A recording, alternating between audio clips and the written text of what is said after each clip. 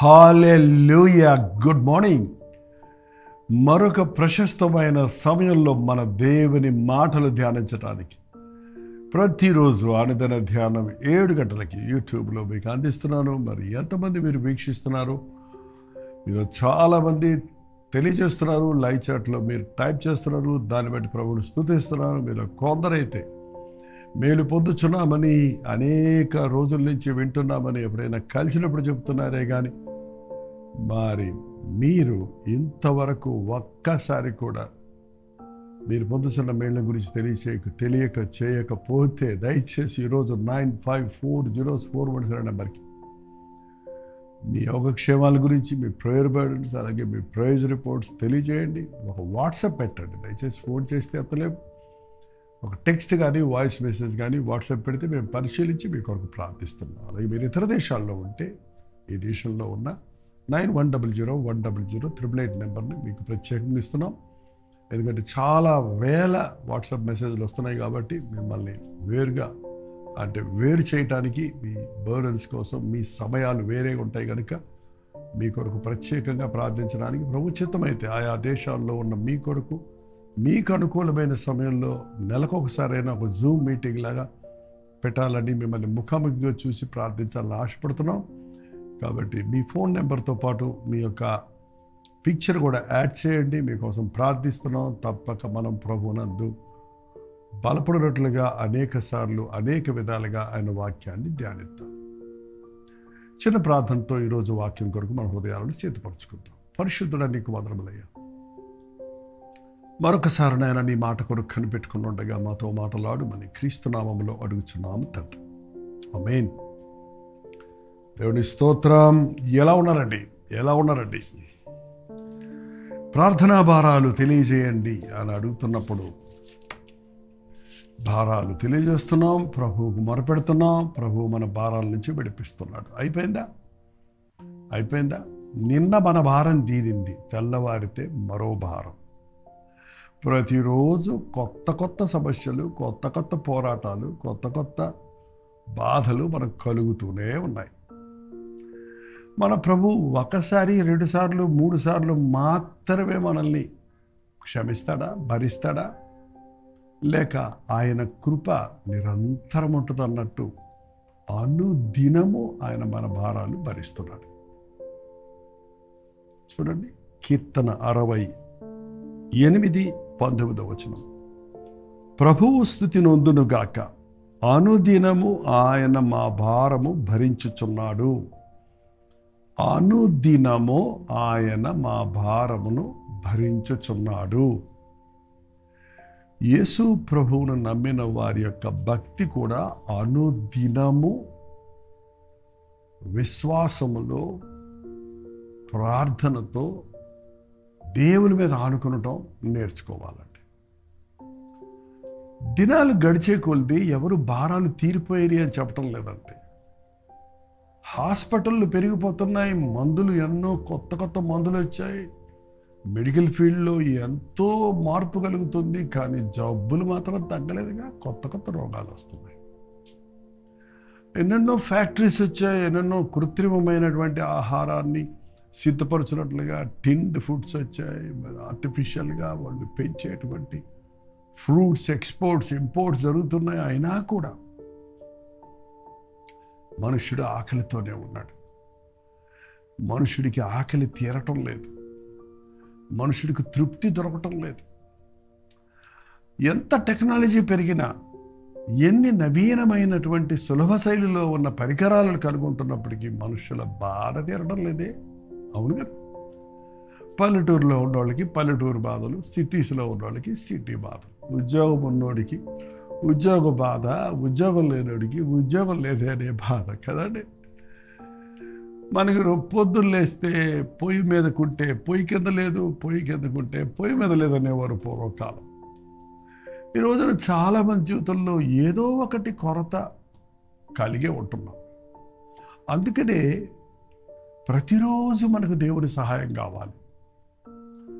ప్రతిరోజు మన ఆకలి తీర్చుకుంటున్నట్టుగా, ప్రతిరోజు మన ఆధ్యాత్మిక తృష్ణ తీర్చబడినట్లు, మన విశ్వాసములు వృద్ధి చెందినట్లు మనం దేవుని వాక్యాన్ని వినాలి. అందుకే అనుదినము దేవుని వాక్యాన్ని మీకు అందించడానికి పూనుకున్నాను. మీరు చాలామంది క్రమం తప్పకుండా వింటున్నామని, అది ఆహారంగా ఆహారంగా మాకుందని, ఆధ్యాత్మికంగా బలపడుతున్నామని తెలియజేస్తున్నాను. అందుబట్టి దేవుని స్తుతిస్తున్నాను. ఖచ్చితంగా మనుషుడు రొట్టె వలన మాత్రము కాదు, దేవుని నోటి నుండి వచ్చే ప్రతి మాట వలన బ్రతుకును అన్న మాట నిజమండి. ఆయన అనుదినము మన భారములు భరిస్తున్నాడు.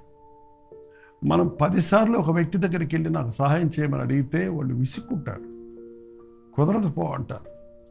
కానీ నువ్వు ఎన్నిసార్లు అడిగినా, ఎన్ని సంవత్సరాల తరబడి నీ బాధలన్నీ దేవునికి చెప్పుకుంటున్నా, నీ భారాలన్నీ ఆయన సన్నిధిలో ఉంచుతున్నా, ఆయన మనల్ని కసురుకోవటం లేదు, విసురుకోవటం లేదు, తృణీకరించడం లేదు, కానీ మన భారాన్ని భరిస్తున్నాడు. మన భారాన్ని ఆయన మీద వేసుకొని ఆయన విశ్రాంతిని మనకి ఇస్తున్నాడు. ప్రయాసపడి భారం పోయిచున్న వారున్నారో నా యొద్దకు రండి, నేను మీకు విశ్రాంతిని ఇస్తాను. ఏంటి ఉదయకాలం మీ భారం చెప్పండి? ఒక రకమా అండి? ఒక రకమా? బీపీ అనే మాట ఇవాళ చూస్తున్నాను చూడండి, బ్లడ్ ప్రెషర్. నాకు బీపీ అంటే, ఎప్పుడంటే మీకు బీపీ వచ్చింది అని అడిగాను ఒక అతన్ని. అదేనండి, ఆ బీపీ కాదండి, నాకు భార్య పోరు. భార్య రోజు మనతోటే ఉంటుంది కదా, ఉండాలి కదా. ఏంటంటే రోజు కుటుంబంలో సమస్యలే. కొంతమందికి రివర్స్, భర్త పోరు. కొంతమంది భార్య భర్తలు బాగుంటే బిడ్డల పోరు, అది కూడా బీపీఏ, బిడ్డల పోరు. ఏంటండి, ఇలా రకరకాల సమస్యలు, ఆర్థికమైన ఇబ్బందులు, ఏంటండి బిజినెస్ ప్రెషర్, వర్క్ ప్రెషర్, ఎన్నో రకాలైన ఒత్తిడులకు మనుషుడు గురైపోయి సమాధానం పోగొట్టుకొని కృషించిపోతున్నాడు, ఆధ్యాత్మికంగా పతనమైపోతున్నాడు. నీ భారాలు భరించే ప్రభు ఉండగా నువ్వే భరించటం ఎందుకు? ఆయన అనుదినము మన భారాలు భరిస్తున్నాడు అన్నప్పుడు మనం ఆటోమేటిక్గా మన భారాలన్నీ దేవుడు భరించేయచ్చు కదా అనుకుంటారేమో. అలా కుదరదండి. ఈ సబ్బు వాడితే, ఈ సర్ఫ్ వాడితే మీ వస్త్రాలు తెల్లగా వస్తాయని ఒక అతను రోడ్డు మీద ప్రకటన చేసుకుంటూ వెళ్తుంటే ఒక అతను అడ్డం తగిలి అక్కడ మురికి బట్టలు వేసుకున్న పిల్లలు చూపించి, నీ యొక్క సబ్బు పౌడర్ ఇంత మంచిదైతే అక్కడ మురికి బట్టలు వేసుకున్న పిల్లలు మురికి బట్టలు ఎందుకు ఉన్నాయని అడిగాడట. ఎందుకునే చెప్పండి? ఆ సబ్బు మంచిదే, కానీ నీ మురికి పోవాలంటే అది కొనుక్కొని ఉతుక్కుంటే కదా. అలాగే మన భారాలు ప్రభు విడిపిస్తాడు అంటే ప్రభు దగ్గరకు నువ్వు రావాలి కదా, ప్రభువును నువ్వు అడగాలి కదా, ప్రభుతో నువ్వు చెప్పాలి కదా. కీర్తన 55:22లో ఒక మాట ఉంది చూడండి, అక్కడే కీర్తన 55:22. కీర్తన 55:22. నీ భారము యెహోవా మీద మోపము, ఆయన నిన్ను ఆదుకొనును. నీ భారము యెహోవా మీద మోపు. ఆ మోపడానికి ఏమైంది, మూటేం కాదు, కానీ మనం మోకాళ్ళు, ఇది నా భారం ప్రభువా, ఇది నా సమస్య ప్రభువా, ఇది నా చిక్కు ప్రభువా, ఇది నా అవసరత ప్రభువా, నువ్వు మొరపెడితే మీ నిమిత్తమై ఆయన చింతించుచున్నాడు కనుక మీ చింత యావత్తు ఆయన మీద వేయండి. ఆయనతో చెప్పేసుకోండి. ఒక చిన్న బిడ్డకు ఆకలేసినప్పుడు తల్లి దగ్గరికి వెళ్ళి చెప్పుకుంటుంది, అమ్మ ఆకలి అంటది. అమ్మకు తెలుసు ఆ బిడ్డకు ఏం పెట్టాలి, ఎంత పెట్టాలి అనే సంగతి తెలుసు. ఆకలన్న బిడ్డను పస్తు పెట్టదు కదా అమ్మ. మన పరమ తండ్రితో మనం చెప్పుకున్నప్పుడు మన బాధలు తీరుస్తాడు. ఎంతమంది మీరు ప్రార్థనా భారాలు దేవుని సన్నిధిలో ఉంచి ప్రార్థిస్తున్నారు, మనుషులకు చెప్పుకుంటున్నారు, మీరే కుస్తీ పట్టి సరి చేసుకుందామని ప్రయత్నిస్తున్నారు, కానీ నీ భారం ఆయన మీద మోపు. భారాలు మోపామండి, భారాలు తీరలేదండి అంటుంటారు కొంతమంది. వెనకటికి ఒక ఆయన జట్కా బండిలో వెళ్తుంటే ఒక చాకలి ఆమె పెద్ద బట్టల మూట భుజాన్ని వేసుకొని నడుచుకుంటూ ఒగ్గిపోయి వెళ్తుంటే అతను జాలిపడి అమ్మ బండి ఎక్కి కూర్చో అంటే నా దగ్గర డబ్బులు లేవు బాబయ్య అంటే, అక్కర్లేద్దమ్మా నేను అట్టే వెళ్తున్నాను దింపుతానని ఆమె మీద జాలిపడి ఎక్కించుకున్నాడు. ఇప్పుడంటే వాషింగ్ మిషన్స్ వచ్చాయండి. అప్పుడు ఊర్లో ఉన్న బట్టలన్నీ చాకలోళ్ళు మూట కట్టుకొని తీసుకెళ్ళి ఊరు బయట చెరువుకో కాలువకో వెళ్ళి ఉతికి ఆరబెట్టి మళ్ళీ అందరికీ ఎవరి వాళ్ళకి ఇచ్చేవారు. అలాంటి ఒక పెద్ద భారమైన మూట ఆమె మోస్తున్నప్పుడు ఇతను జాలిపడి జట్కా ఎక్కించుకున్నాడు బండి, గుర్రం బండి. అతడు ముందుకెళ్తుండగా ఒకసారి వెనక్కి తిరుగు చూశాడు. ఎందుకో వెనక్కి తిరుగు చూస్తే ఈ స్త్రీ, ఈ ముసలమ్మ ఏం చేస్తుందంటే ఆ మూటని నెత్తి మీద పెట్టుకొని గుర్రం బండిలో కూర్చుందంట. అదేంటమ్మా మూట ఎందుకు నెత్తిని పెట్టుకున్నావు, గుర్రం బండిలో పెట్టు అన్నాడట. ఆమె ఏముందో తెలుసా, అయ్యా నన్నే ఊరికే తీసుకెళ్తున్నావు, మళ్ళీ నా మూట ఎందుకయ్యా నీకు భారం, అందుకే నేనే మోసుకుంటున్నాను అందట. అలాగే ఉందండి మన సంగతి. నిన్ను నీ మూటను బండే మోస్తుంది, నువ్వు నెత్తి మీద పెట్టుకోవాల్సిన అవసరం లేదు, బండిలో పెడితే సరిపోద్ది కదా. మనం చాలాసార్లు నా భారం దేవునికి అప్పచెప్పానంటున్నాం, మళ్ళీ అదే భారాన్ని మనసులో పెట్టుకొని కృంగిపోతున్నాం, కృషించిపోతున్నాం, ఏడ్చుకుంటూ కూర్చుంటాం. ఒక్కసారి నీ భారాన్ని ప్రభువుకు చెప్పిన తర్వాత ఫర్గెట్ అబౌట్ ఇట్, దాని గురించి మర్చిపో. ఆయనతో చెప్పింది ఆయన చేస్తాడని నమ్ము. ఆయనకు అప్పగించింది ఇక నీకు భారం కాదది కాదు.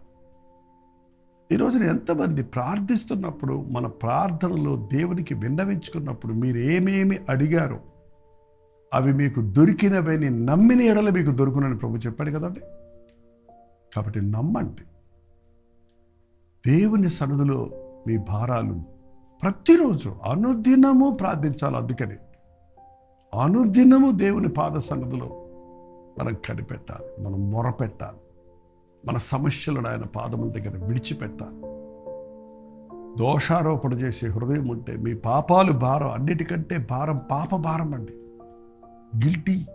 దోషారోపణ చేసే మనస్సాక్షి, నువ్వు తప్పు చేసావు, తప్పు చేసావు, తప్పు చేసావు, తప్పు చేసావు, అవునయ్యా నేను తప్పు చేశాను, నన్ను క్షమించయ్యా, నువ్వు క్షమించబడితే, నువ్వు పశ్చాత్తాపడితే, ప్రభుని క్షమాపణ అడిగితే ఆ దోషం నుంచి నువ్వు తప్పించబడతావు.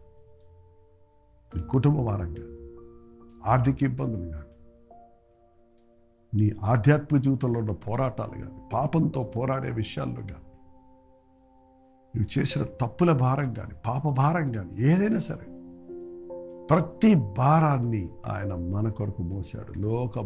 లోక పాపములను మోసుకొని పో దేవుని గొర్రెపిల్లగా ఈ లోకంలోనికి వచ్చిన యేసు ప్రభు మనందరి పాప భారమును, మనందరి పాపం వల్ల వచ్చినటువంటి జీతమైన మరణాన్ని, పాపం వలన కలిగినటువంటి శ్రమలను, ఇబ్బందులను, రోగములను మొత్తం అన్నీ ఆయన భరించాడు.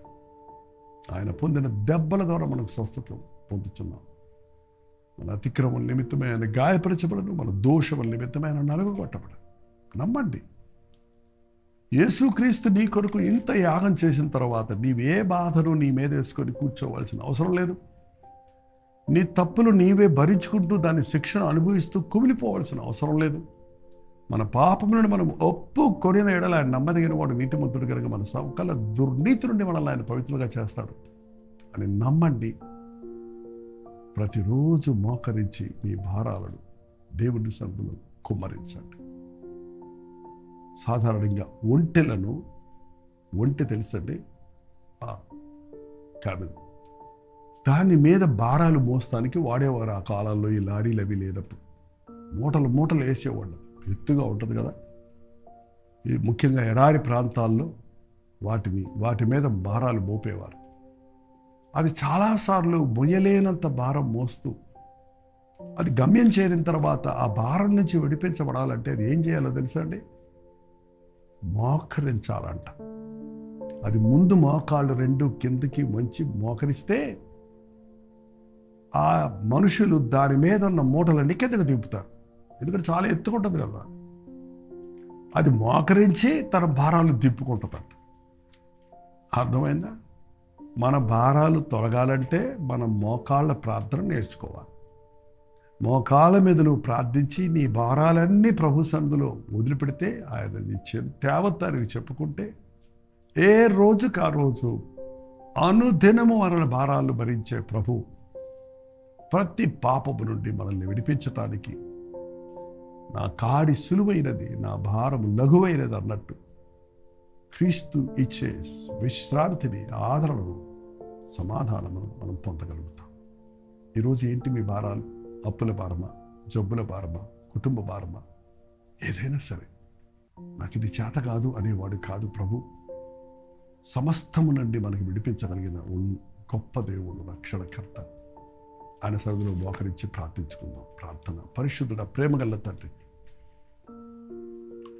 ఎన్నోసార్లు ఆయన మేము చిక్కులు తెచ్చుకొని, సమస్యలు తెచ్చుకొని, పాపం చేసి ఆ పాప భారాన్ని మీదేసుకొని కుమిలిపోతున్నామే కానీ మా పాప భారాన్ని మోసిన, మాకు విడుదలను కలుగజేయగలిగిన, అనుదినము మా భారాలు మోయటానికి సిద్ధంగా ఉన్న నీ వద్దకు రాకుండా మా హృదయాలను కఠినపరుచుకుంటున్నాం.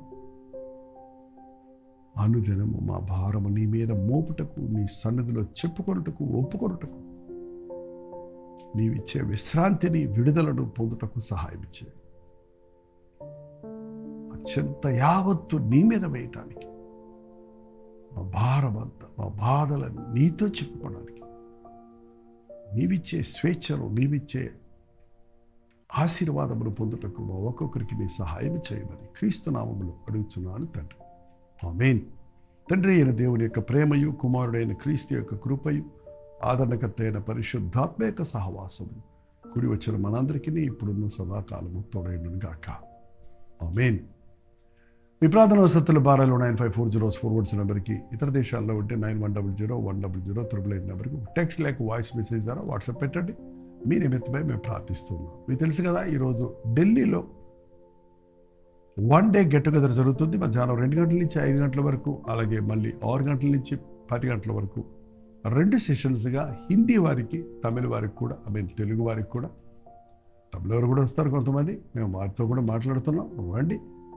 మరి ఈ గెట్ టుగెదర్ ద్వారా, టీవీ ప్రోగ్రామ్స్ ద్వారా, సోషల్ మీడియా ద్వారా దేవుని వాక్యం ఉంటున్న మిమ్మల్ని ముఖాముఖిగా చూడాలని, మీకోసం ప్రార్థన చేయాలని మేము ఢిల్లీ వస్తున్నాం. తప్పకుండా ఈ గెట్ టుగెదర్లకు హాజరవ్వండి. మీ బంధువులు, స్నేహితులు ఎవరైనా ఢిల్లీలో ఉంటే ఈ లింక్ మీరు షేర్ చేయండి. YWCAలో ఈ మీటింగ్ జరుగుతుంది. మిగిలిన వివరాలు కావాలంటే 8939393939 నెంబర్కి మీరు కాల్ చేయవచ్చు.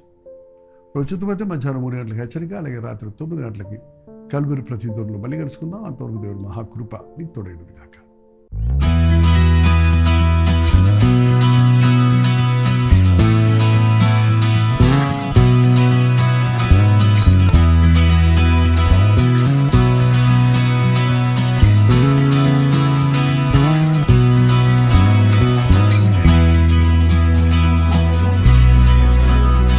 హల్లెలూయా. ఢిల్లీ పరిసర ప్రాంతాల్లో ఉన్న వారికి శుభవార్త.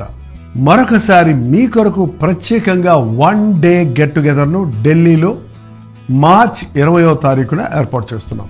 మిమ్మల్ని ముఖాముఖిగా చూడాలని, మీకోసం ప్రార్థించాలని, పరీక్షలు రాస్తున్న వారికి, అనేక రకాల సమస్యలతో, చిక్కులతో, అనారోగ్యాలతో ఉన్న వారి కొరకు ప్రార్థించాలని, మరి ముఖ్యంగా కల్వరి దర్శనం అనే తెలుగు టీవీ కార్యక్రమాలు, హిందీ టీవీ కార్యక్రమాలు వీక్షిస్తున్న వారిని, తెలుగు వారిని, హిందీ వారిని కలవాలని, సోషల్ మీడియా ద్వారా ఇప్పుడు రోజు తెలుగులోను అలాగే హిందీలోను ఉదయం 7 గంటలకి అనుదిన ధ్యానం అందించబడుతుంది. ఆధ్యాత్మికంగా మీరు బలపడుతున్నారని తెలియజేస్తున్నారు. ముఖాముఖిగా మిమ్మల్ని చూసి మీ లోపాలు తీర్చాలని, మిమ్మల్ని బలపరచాలని, ప్రభువుని స్తుతించాలని మార్చి 20వ తారీఖున మధ్యాహ్నం 2 గంటల నుంచి 5 గంటల వరకు, 6 గంటల నుంచి 10 గంటల వరకు 2 సెషన్స్గా ఈ 1 day get together Telugu, Hindi వారి కొరకు కూడా ఏర్పాటు చేయబడుతుంది. 2 భాషలు ఉంటాయి కనుక మీరు రండి, పాల్గొనండి, దైవాశీస్సులు పొందండి. చిరునామా గమనించండి. YWCA కాన్స్టంటైనా హాల్, గేట్ 1, గురుద్వారా బంగ్లా షాప్, అశోకా రోడ్, న్యూఢిల్లీ. ఇంకా ఈ విషయమై మీకు వివరాలు కావాలంటే 8939393939 అనే నెంబర్కి, లేక కింద ఇవ్వబడినటువంటి నెంబర్లకు మీరు వాట్సాప్ చేయండి. తప్పకొస్తారు కదా.